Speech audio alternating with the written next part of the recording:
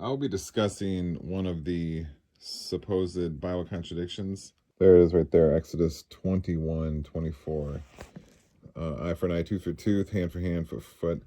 This is in contradiction to what Jesus said in Matthew 5:38 and 40. Yeah, here it is. Ye have heard that it hath been said, an eye for an eye, and a tooth for a tooth. But I say unto you, that ye resist not evil. But whosoever shall smite thee on the right cheek, turn to him the other also. If any man will sue thee at the law, and take away thy coat, let him take thy cloak also. So you've got a pretty widely discussed supposed Bible contradiction here, where it says in the Old Testament, eye for an eye, and here Jesus saying, turn the other cheek.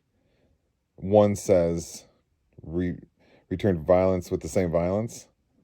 The other says, Jesus saying in here, in Matthew 5:39, practice absolute nonviolence. Contradiction, right?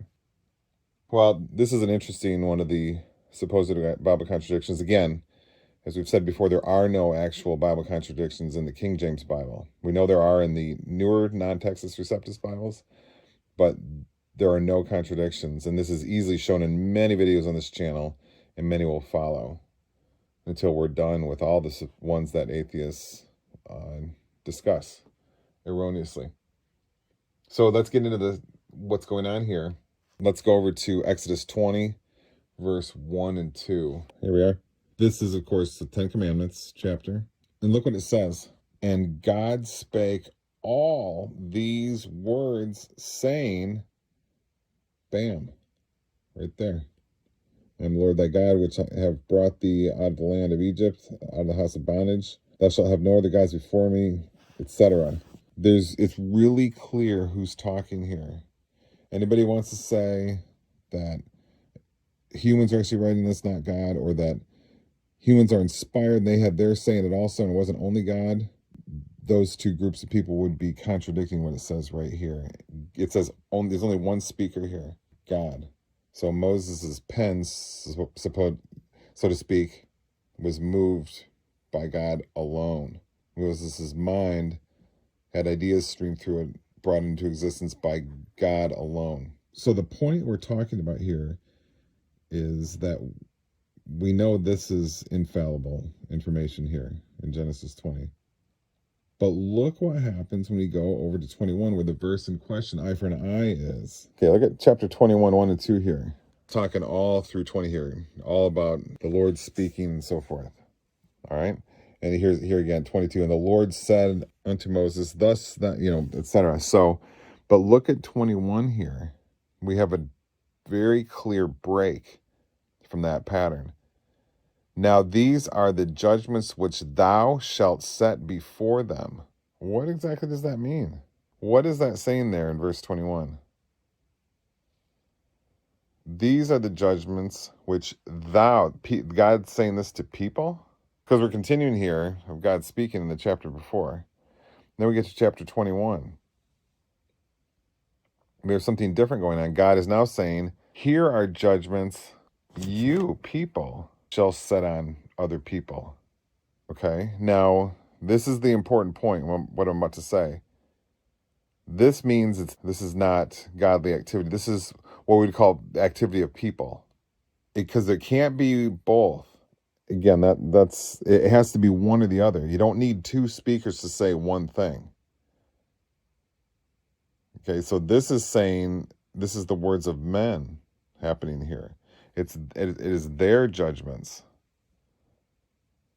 not those of God. So these will be judgments of sin, lies, and evil, right? We have all kinds of crazy stuff showing up, of course. Things about slavery and selling your children and so forth, all through. And until we get to the verse in question, 24, eye for an eye, tooth for tooth. So this is not God speaking. So what does that mean? This means that it's false. How do we know that it's false? Because we go over here to Psalm 116:11, all men are liars. Look at that. All men are liars. Also see Romans 3:4, let God be true and every man a liar. In Psalm 118:8, it's better to put confidence, it's better to trust in the Lord than to put confidence in man. And also Psalm 60 verse 11, vain is the help of man, a similar theme. So we've got this theme here where, so therefore we know that if God is speaking, it's not true. The opposite's true. So the opposite of an eye for an eye, tooth for tooth, hand for hand, foot for foot, has to be false information because it's the words of men, and the words of man are lies. So then this information isn't true. This isn't part of the law that Jesus said he came to fulfill in Matthew 5:17. He's talking about the law of God, not the law of people, which would be lies. Okay, so there's no contradiction. When someone says Jesus came to fulfill the law, they can't be talking about this, because this is not the law of God. This is the law of people. And again, it all relies on this verse here, 21:1. Is this the Lord saying that he's speaking? No. He's saying that there's things that humans do to other humans. Okay, so that's not God speaking. So that's how do we get around this? If it was God speaking, it would say it's God speaking, like it says right here in 20 verse 1. And this is a very common theme that we see all over the Old Testament. Everywhere in the Old Testament. So it's a very big point when it's not there. So there's no contradiction. This is again a point where atheists are wrong. And this is, of course, what we'd expect, because there are no contradictions in the King James Bible. You might ask, why did this get in the Bible then? All this worthless information. My belief, that's a good question. My belief is that it's a demonstration of heresy. The heresy, now it says, what it says here, contrary to Orthodox religious views and so forth, is heresy. That's a really bad definition of heresy. Nowadays, I think heresy mainly means making an error theologically or scripturally, which we all do at times. But in the early church, it meant adding to the scripture. I think I've got that down. I've read a couple books on the early church just in the last few months. There's a pretty common theme. So what's going on here in Exodus 21 is an example of adding to the text and how absurd things get and how opposite they get from the Lord when that's what happens. Okay, so that's what I think's why it's in the Bible.